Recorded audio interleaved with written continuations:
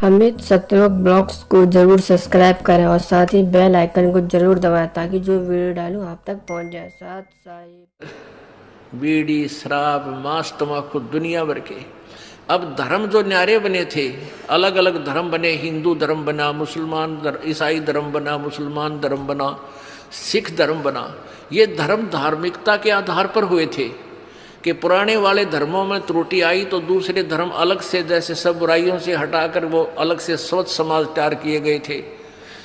और अब सभी धर्मों के अंदर एक जैसे विकार कर करके शराब पीते हैं, मांस खाते हैं, हत्याएं करते हैं, जीव हिंसा करते हैं, तम्बाकू पीते हैं। और कोई आप देख लो, मानव सतर कितना गिर गया।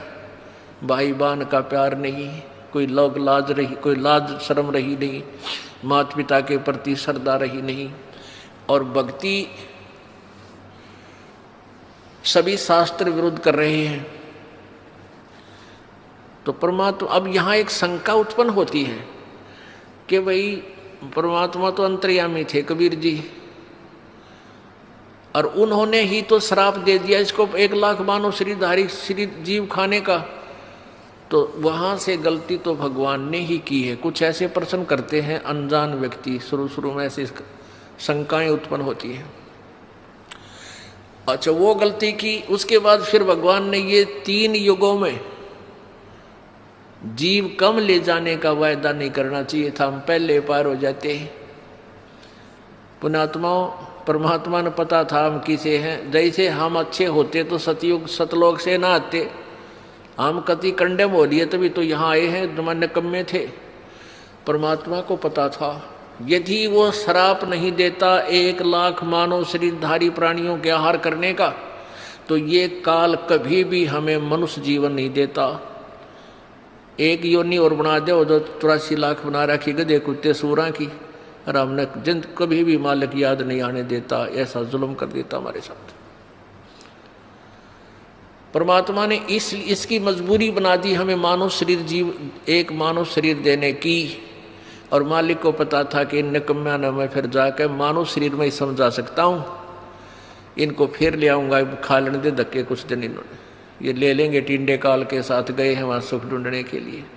हम उस सतलोक को छोड़कर जहाँ सर्व सुख हमारे पास न ठोकरों में पड़े थे, सारी सुविधाएं थी, कोई मृत्यु नहीं थी, कोई बुढ़ापा नहीं था। और यहाँ आकर हमने के बड़ा ये पहाड़ से भारा दुख परचेज कर लिया, मोल ले लिया। और दूसरा ये था कि 3 युगों में इसलिए परमात्मा ने अलाउड कर दिया क्योंकि 3 युगों में वो पुण्यकर्मी प्राणियों को जन्म देता है, ये जो पिछले जन्म जन्मांतर के शुभ कर्मी प्राणी होते हैं। और वो शास्त्र विरुद्ध साधना करते हैं। शास्त्र विरुद्ध साधना करते करते भी उनकी लंबी आयु, सारा सुख, शरीर मजबूत, स्वस्थ शरीर। और उस समय वो एक विधान है, ऐसे पुण्यकर्मी प्राणियों का सतयुग में जन्म होता है कि पिता से पहले पुत्र नहीं मरेगा, ना पुत्र नहीं मरेगा पिता से पहले। और स्त्री विधवा नहीं होती, यानी स्त्री पहले मरती है और पति बाद में मरते हैं। ऐसे अच्छे वहाँ उस समय नियम होते हैं। तो उस समय सभी साधनाएं करते हैं, मनमुखी करते हैं, फिर भी उनके घरों में सुख होता है।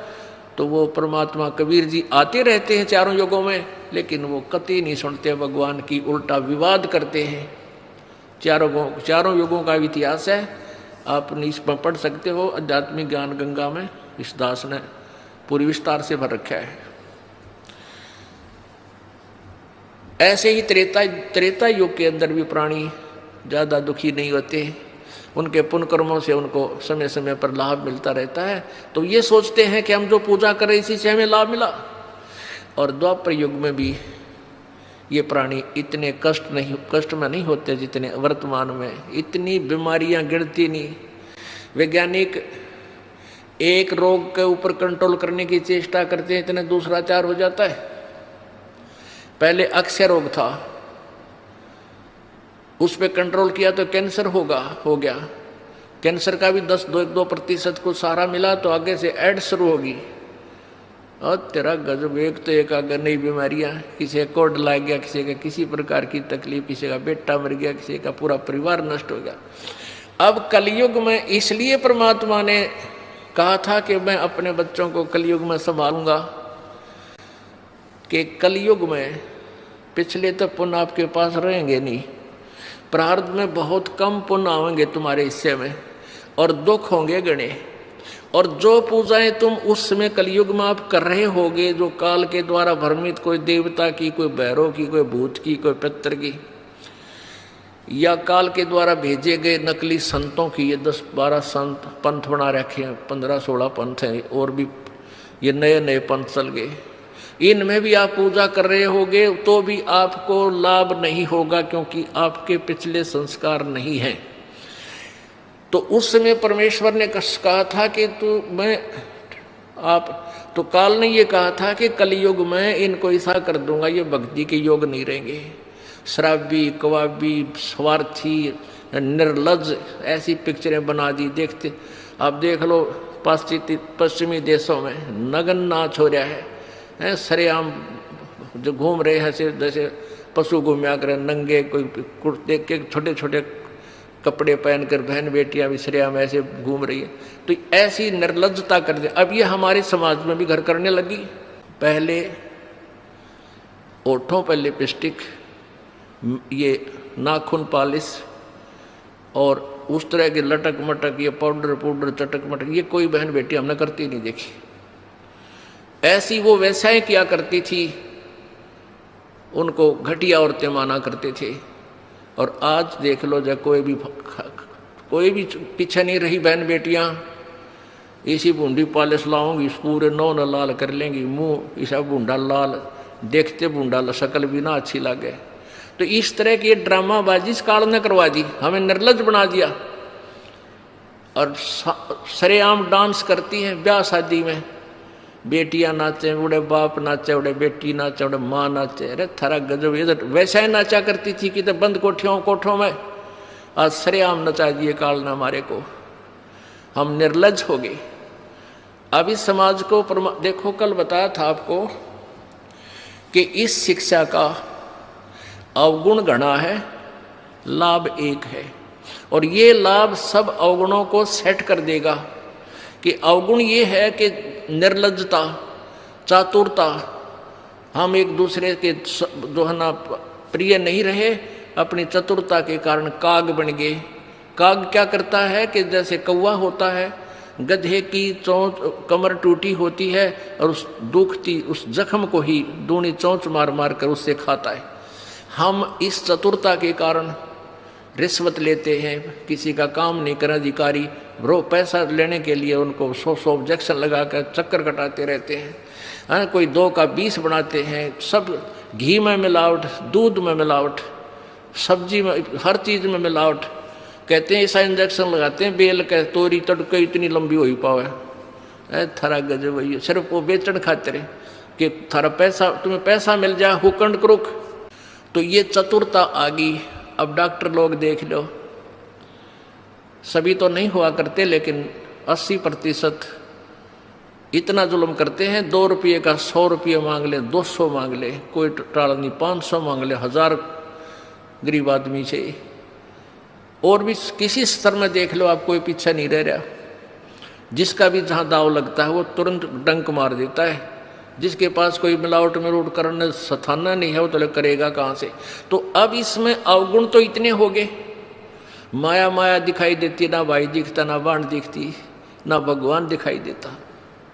और गुण इसमें एक है इस शिक्षा में कि हम अपने सदग्रंथों को स्वयं पढ़कर भगवान पहचान लेंगे, और इस भगवान के पहचानने के उपरांत, इस ज्ञान को सुनने के बाद अपने आप ये माया की हवस नष्ट हो जाएगी।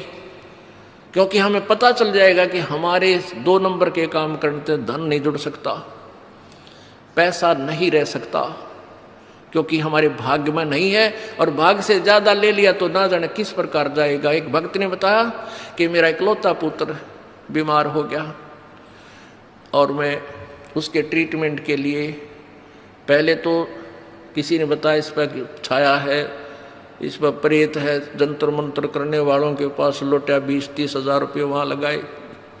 फिर डॉक्टर लोकल हॉस्पिटलों में दिखाया, वहाँ काफ़ी पैसे लगे।